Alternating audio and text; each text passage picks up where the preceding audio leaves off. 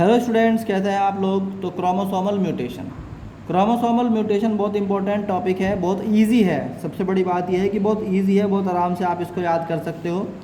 Chromosomal mutation क्या होता है? Any change in structure, number और whole set of chromosome is called chromosomal mutation.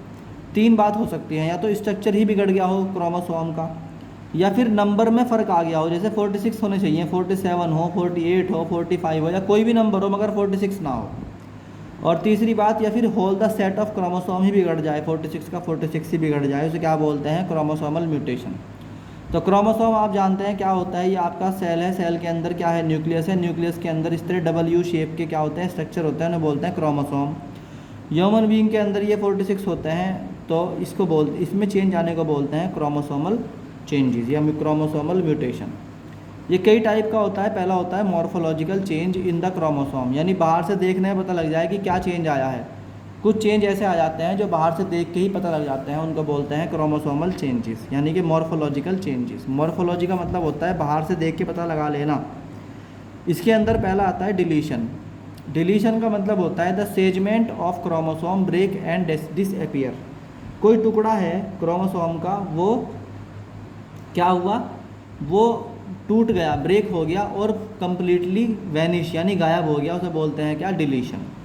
दूसरा होता है duplication. Segment found in two और मोर प्लेसेस। इस एक सेगमेंट को एक ही जगह होना चाहिए था मगर एक से ज़्यादा जगह पे वो दिखाई दे रहा है, तो उसको बोलते हैं डुप्लीकेशन। डुप्लीकेशन का मतलब एक से ज़्यादा कॉपी बन जाना किसी एक सेगमेंट की। ये वर्ड याद रखना, सेगमेंट के बेस पे याद करना है इसको।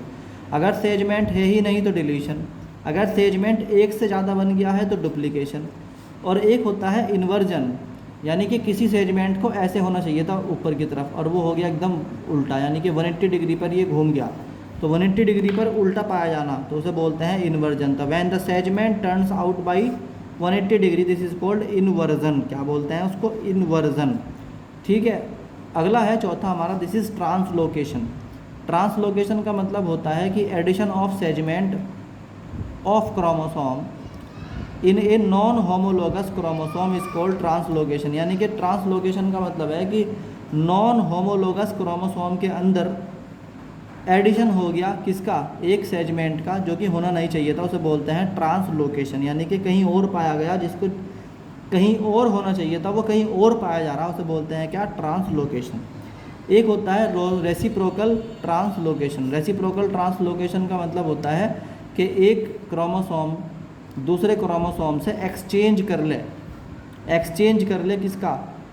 क्रोमोसोम का, तो उसे क्या बोलते हैं? एक्सचेंज। सेगमेंट का, सॉरी, किसका? सेगमेंट का। इस क्रोमोसोम ने इस क्रोमोसोम से आपस में इंटरचेंज कर लिया, तो इसे बोलते हैं reciprocal translocation. Exchange of A segment of chromosome is called reciprocal. बात समझ में आई कि नहीं आई?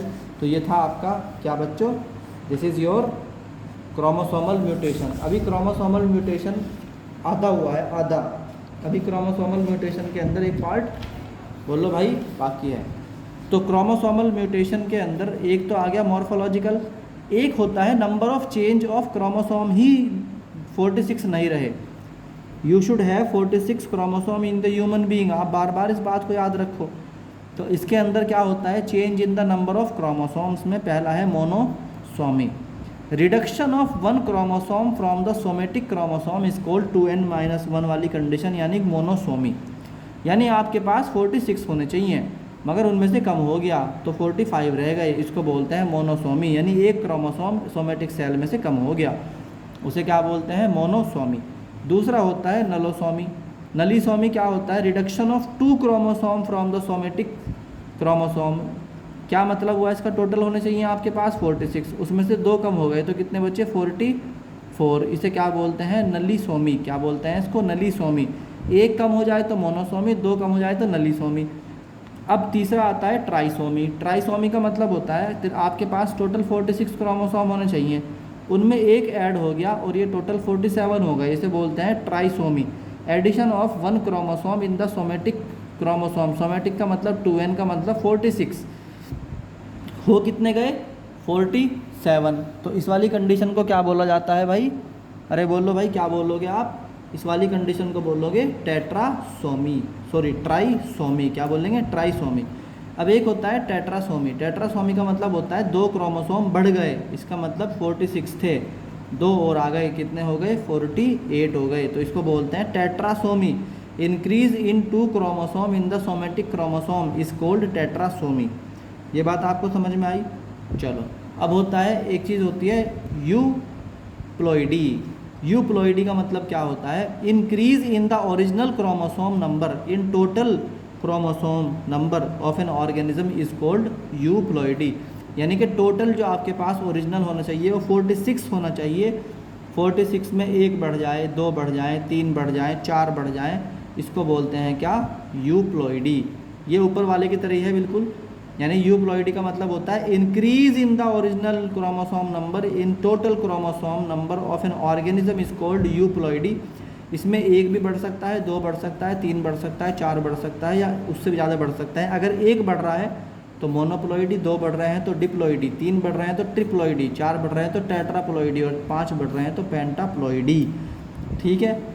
एक होता है इसके अंदर ऑटोप्लॉइडी। ऑटोप्लॉइडी का मतलब होता है ploidy of chromosome of single organism is called autoploidy. अगर पूरे के पूरे ग्रुप में से, जैसे लार्वा बनता है हनी बी का, उनमें से सारे के सारों में पूरे के पूरे लार्वा के अंदर ही एक क्रोमोसोम ज़्यादा हो गया, उसे क्या बोलते हैं, ऑटोप्लॉइडी। या 2 हो गए या 4 हो गए, मतलब पूरे के पूरे, जैसे अंडे देती है ना, कोई ऑर्गेनिज्म अंडे देता है, उसमें बहुत सारे एक साथ ऑर्गेनिज्म डेवलप होते हैं, तो उस कंडीशन में बोलते हैं ऑटोप्लॉइडी। यानी कि सारे के सारों में ही सिंगल से ऑर्गेनिज्म में क्या आ गया। एक होता है alloploidy. Ploidy of chromosome in different organism is called alloploidy. अलग अलग ऑर्गेनिज्म में किसी खास वजह से, यानी देखो अगर सारे के सारे ऑर्गेनिज्म थे, उनमें से किसी एक में आया, मतलब आपके पास 10 थे, 10 नए ऑर्गेनिज्म बनने थे, उनमें से किसी एक में बदलाव आया तो उसे बोलते हैं ऑटोप्लॉइडी। और अगर सब के सब में बदलाव आ गया, यानी कि किसी 2 में भी बदलाव आ गया, इसमें कुछ और क्रोमोसोमल सेट है, इसके अंदर कुछ और है, तो उसे बोलते हैं एलोप्लॉइडी। तो ऑटोप्लॉइडी का मतलब आपके पास 10 थे मगर 10 में से सिर्फ एक में बदलाव आया, इसे बोलते हैं ऑटोप्लॉइडी। और अगर 2 अलग अलग ऑर्गेनिज्म के अंदर इसमें कोई और क्रोमोसोमल सेट है, मान लो इसके अंदर 45 है, इसके अंदर 46 है, या इसके अंदर 47 है, तो सब में अलग अलग आ रहा है, इसे बोलते हैं एलोप्लॉइडी। बात समझ में आया कि नहीं आया। तो ये है आपका क्रोमोसोमल म्यूटेशन। Thank you.